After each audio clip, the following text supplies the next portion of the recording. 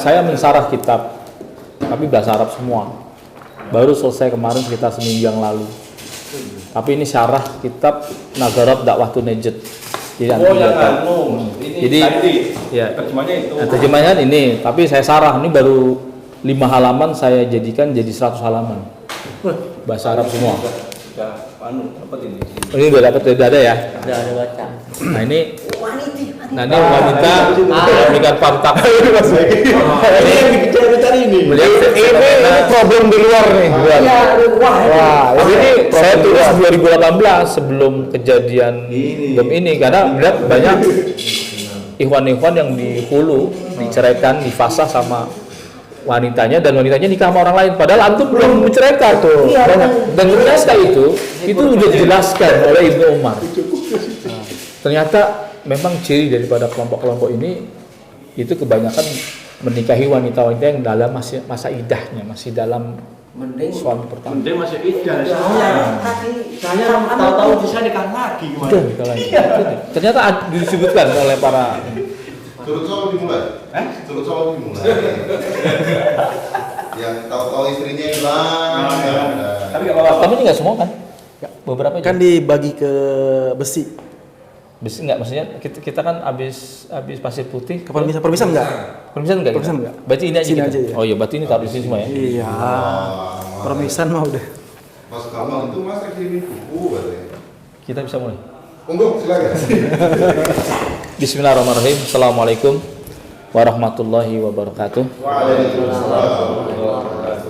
Innal hamdalillah nahmaduhu wa nasta'inuhu wa nastaghfir wa natubu ilaihi wa na'udzu billahi min syururi anfusina wa min sayyiati a'malina may yahdihillahu fala mudhillalah wa may yudlilhu fala hadiyalah. Asyhadu an la ilaha illallah wahdahu la syarikalah wa asyhadu anna Muhammadan abduhu wa rasuluh. Allahumma shalli wa sallim ala sayyidina Muhammadin wa ala alihi wa ansarihi wa junudihi wa man tabi'ahum bi ihsan ila yaumil amma ba'd. Fa inna asdaqal hadis kitaballah wa khairul hadi Muhammadin sallallahu alaihi wasallam wa syarrul umur muhdatsatuha wa kullu muhdatsatin bid'ah wa kullu bid'atin dhalalah wa kullu dhalalatin finnar. Ikhwan fillah, ikhwan semuanya yang sama-sama dirahmati dan dicintai oleh Allah Subhanahu wa taala. Jadi saya sedikit ya memberikan tausiah biar hidup ini lebih berarti, bermakna, ya, punya nilai ibadah, ya. Bahkan dikatakan bahwa innal insana khasara, ya, manusia itu dalam keadaan rugi sebetulnya, kecuali orang yang saling menasehati gitu. Nah, ini dalam rangka kewajiban agama, saling berpesan, nasihat dalam hal kesabaran, nasihat dalam hal takwa, dan juga dalam kasih sayang gitu. Jadi begini akhi, salah satu di dalam kitab Ilamul Muwaqqi'in, ini juga ada di dalam kitab beberapa kitab salaf mengatakan bahwa bi annahum yukafiruna bidzanbin wa ya'taqina dzanban ma laysa bidzanbin. Ini ada di dalam matan hadis iftiraq juga Ibnu Taimiyah, ya. Dalam beberapa kitab dikatakan bahwasanya mereka, ya, itu meyakini sebuah dosa yang sebetulnya bukan dosa. Jadi mereka mengkafirkan karena sebab dosa dan meyakini sebuah dosa yang sebetulnya bukan dosa. Dosa apa yang dilakukan oleh Ali bin Abi Thalib sampai kemudian dihalalkan darahnya? Dosa apa yang dilakukan oleh Utsman bin Affan radhiyallahu an, ya, sampai kemudian dihalalkan harta dan darahnya?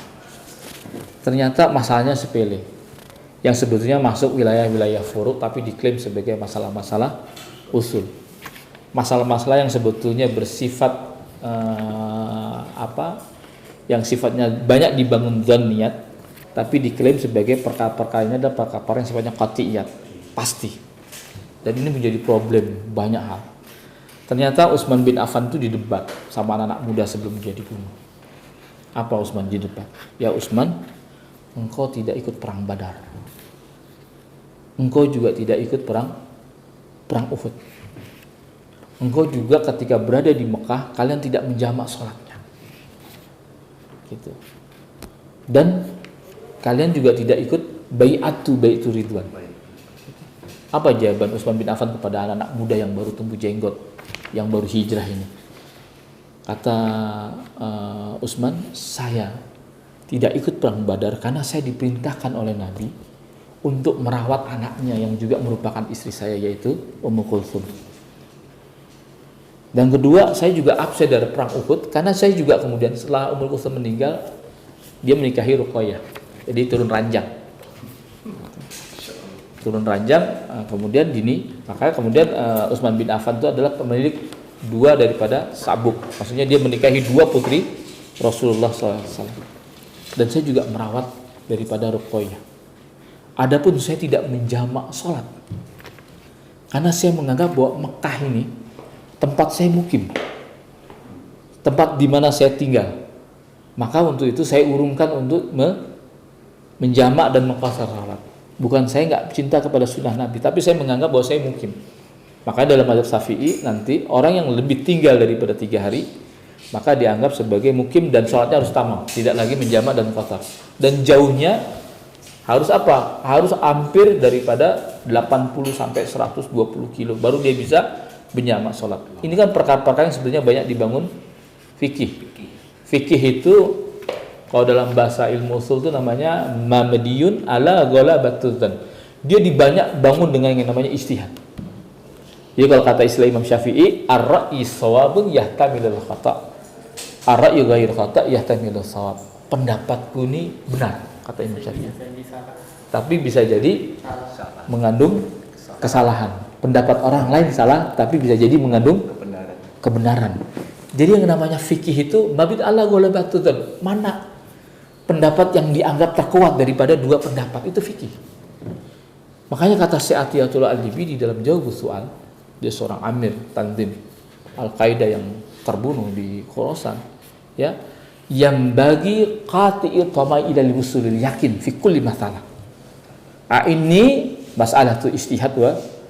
Jadi kata beliau, ya, hendaknya memutuskan sampai pada taraf yakin dalam setiap masalah. Apalagi masalah-masalah yang banyak dibangun ijtihad gitu. Antum nggak boleh terpaku pada satu pendapat lalu menafikan pendapat-pendapat yang lain. Ya, lalu menaikkan bendera wala wal barok. Menaikkan bendera loyalitas anti loyalitas kepada seorang mukhalifnya. Masalah fikih itu nggak lepas daripada masalah ijtihad. Ini yang terjadi. Nah, ini kan kemudian, ya, tapi akhirnya pun Utsman bin Affan juga dibunuh. Nah, kemudian ketika pembunuh Utsman ini bersembunyilah di pasukan Ali bin Abi Thalib. Ketika dalam terjadi peperangan Siffin yang dimenangkan oleh pasukan Ali dan juga dalam peperangan Jamal juga hampir dimenangkan oleh pasukan Ali. Lalu kemudian dari pihak Muawiyah, Sayyidina Muawiyah dan Sayyidina Amr bin As, ya, kemudian mengangkat tombak-tombak mereka dengan Al-Quran dan Mushaf dan mengadakan yang namanya tahkim. Apa itu tahkim? Tahkim itu namanya arbitrase. Bahasa at-tahakkum, menyerahkan hukuman itu kepada manusia.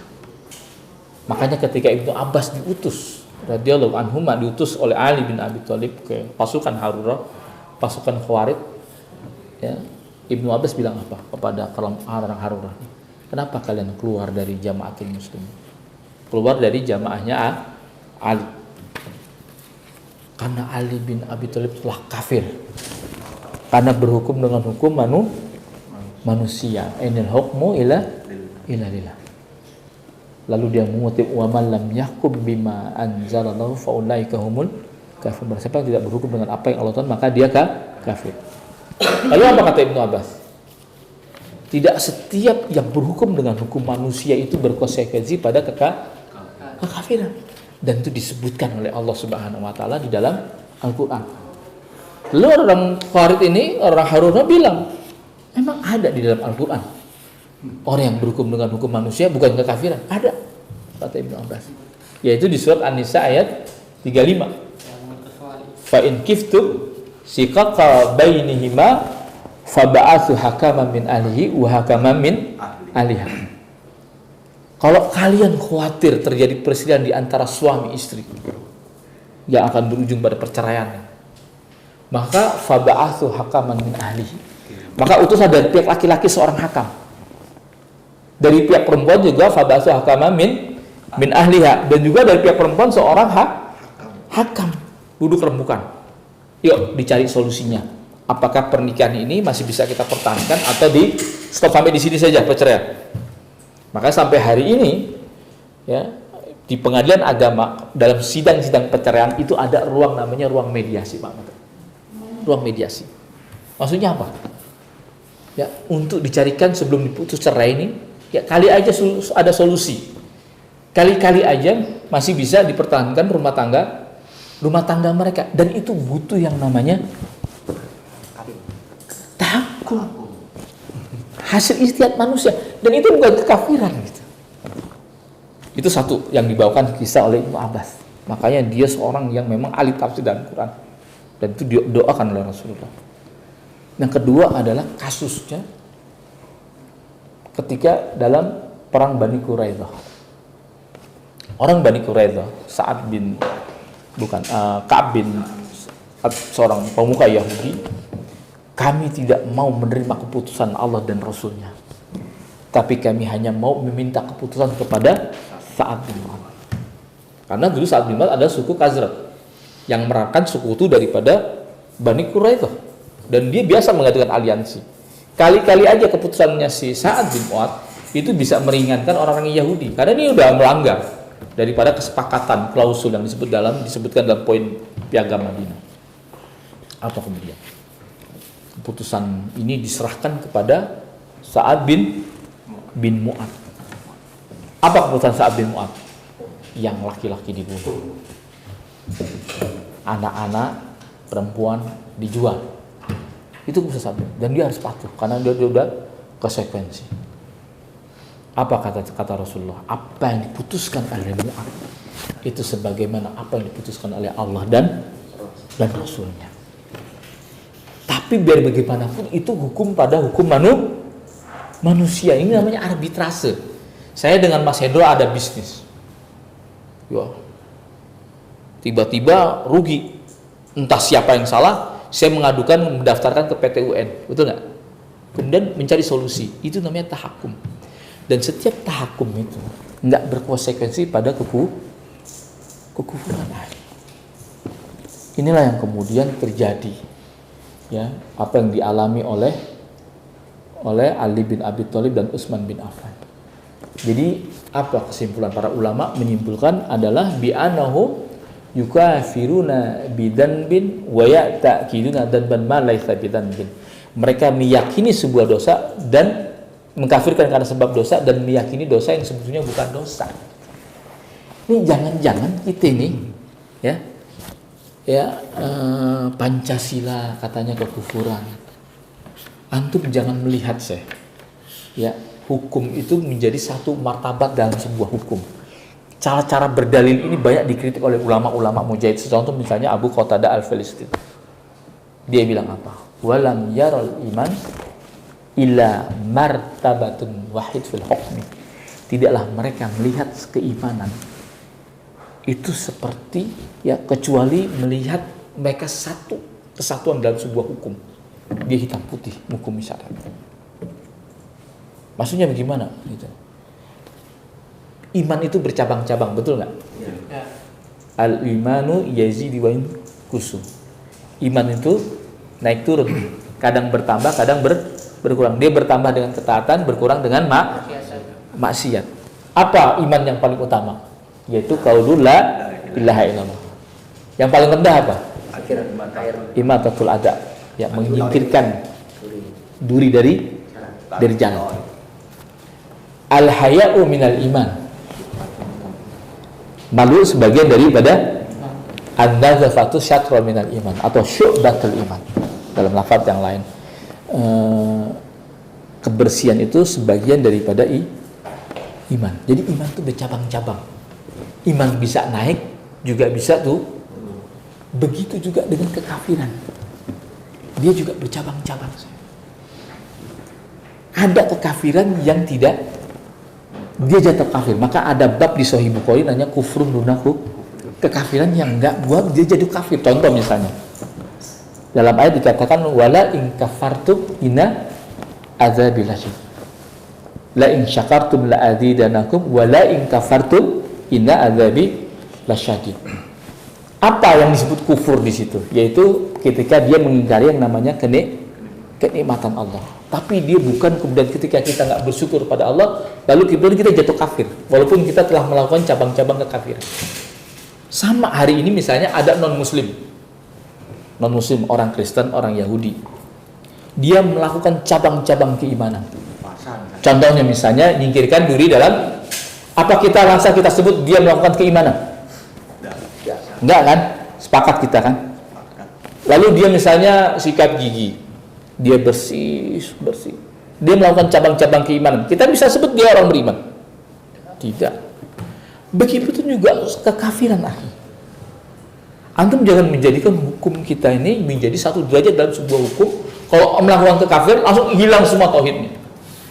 Padahal iman dan kufur itu sama, punya cabang-cabang. Tidak setiap orang yang melakukan cabang-cabang daripada kekufuran lantas kita tuduh sebagai orang walaupun dia melakukan cabang-cabang kekufuran. Apalagi yang bukan kufur, akhi.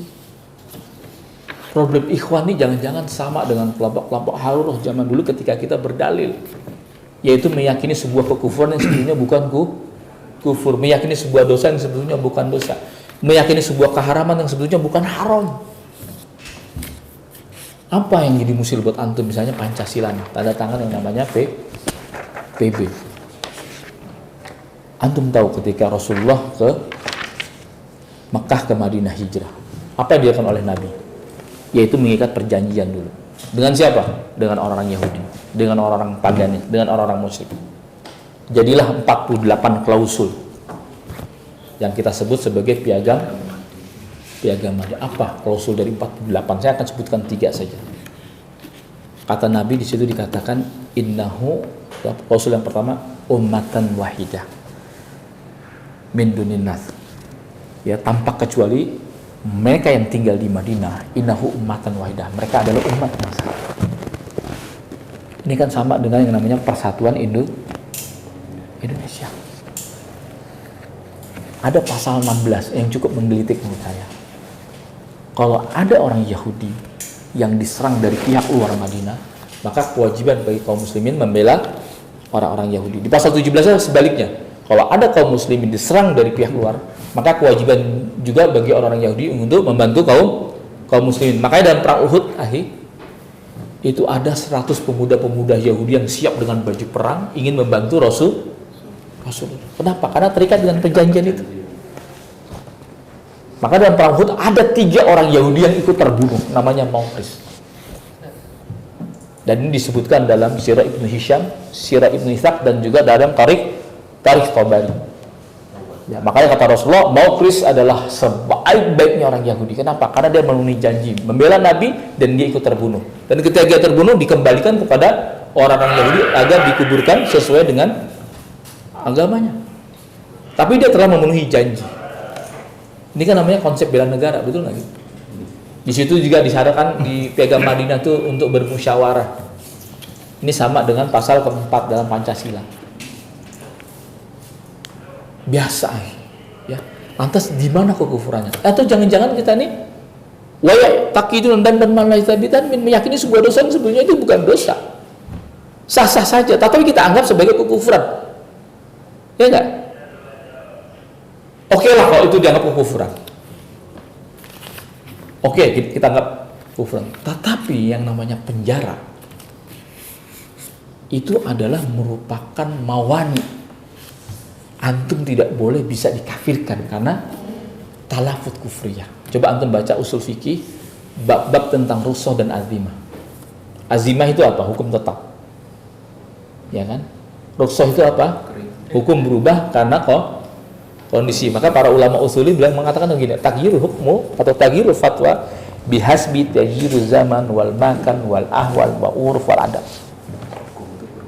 Ya, hukum itu atau fatwa itu bisa berubah tergantung zaman, tempat, situasi, kondisi dan adat. Contoh misalnya dalam Al-Quran disebutkan gini, faman tira ghairu bagin wala adin fala itsma alaihi innallaha ghafurur rahim.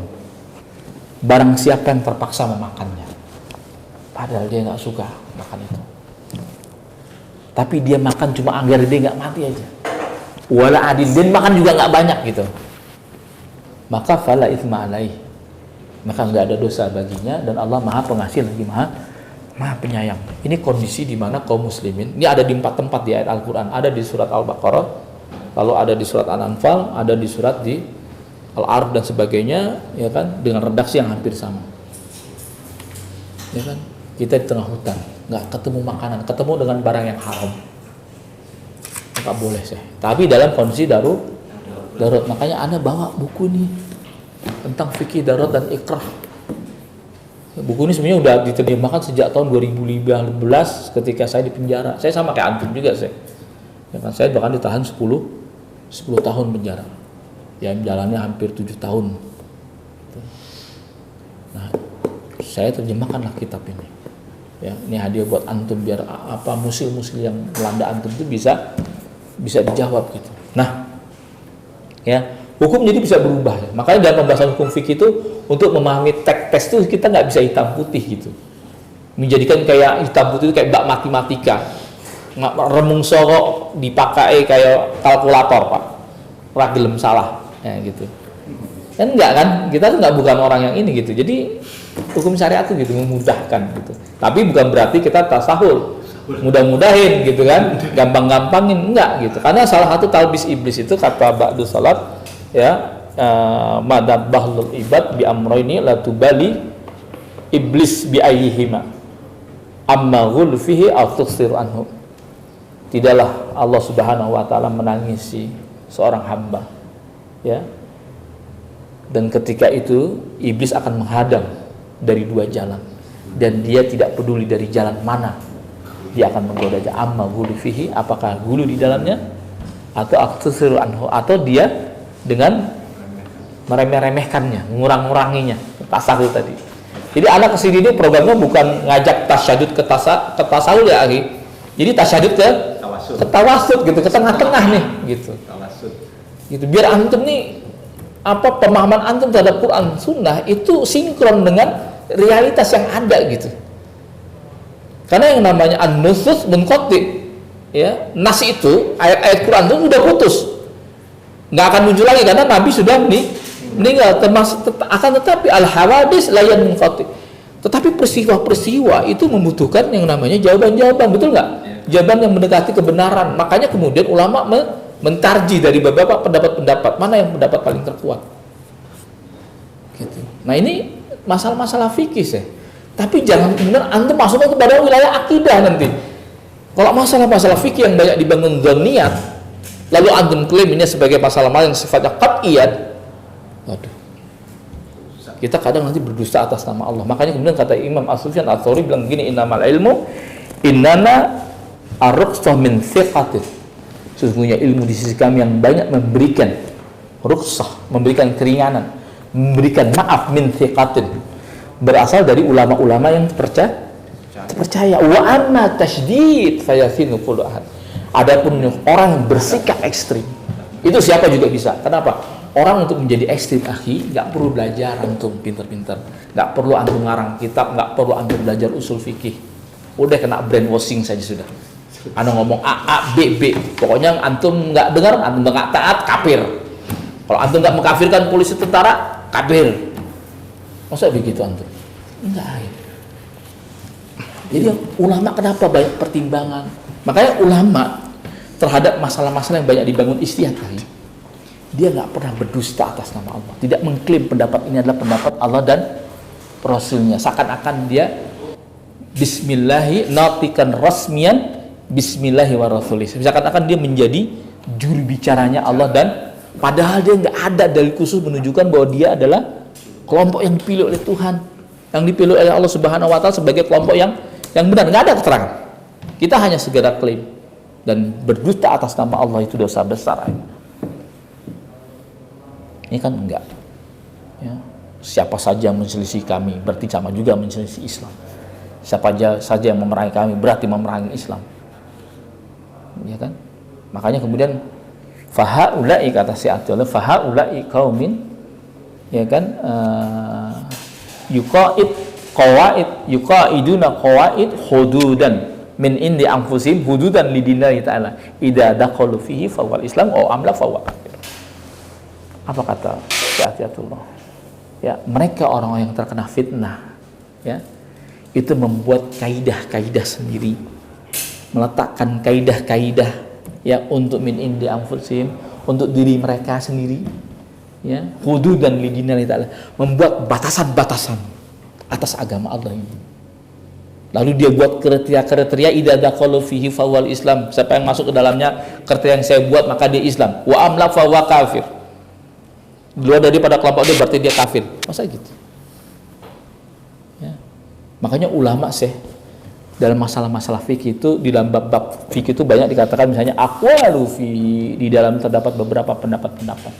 Ini buku ini ngajarin gitu bukan doktrin. Tapi emang ini masalah-masalah yang sifatnya khilaf, yang sifatnya mu'tabar. Perbedaan di kalangan umat Islam. Makanya ulama itu yang benar-benar ulama, ya, bukan korban doktrin nih. Dia akan mengatakan aqwalu fihi, di dalam terdapat beberapa pendapat. Pendapat yang mengatakan haram, PB haram. Alasannya begini. Lalu kedua, pendapat ulama yang mengatakan makruh. Ya. Ada yang mengatakan boleh. Lalu kemudian dari 3 pendapat atau 4 pendapat atau 5 pendapat ini dia akan mengatakan adzunnu kada, yang saya sangka, atau darastu hadza, yang saya pelajari, atau ar-ra'yu kada, yang saya punya pendapat ini. Wallahu a'lam bishawab. Kenapa ditutup dengan wallahu a'lam? Karena dia tahu jawaban yang pasti, yang presisi, yang pas menurut Allah dan Rasulnya itu apa. Tapi dia tidak pernah berkata dusta atas nama Allah. Inilah yang dialami oleh Ustadz Aman Abdurrahman, ya, yang ketika dia bicara, ya, nggak menjelaskan ini ada perbedaan di kalangan para ulama, sehingga para murid-muridnya ikut-ikutan mengamalkan apa yang dia pernah ceramai. Akhirnya banyak orang baca seri tauhid langsung tusuk polisi, langsung bunuh polisi, ya kan? Lalu kemudian terbunuh, darah tertumpah, ya, dan dia harus bertanggung jawab terhadap darah-darah yang tertumpah. Saya khawatir, ada di riwayat hadis Muslim.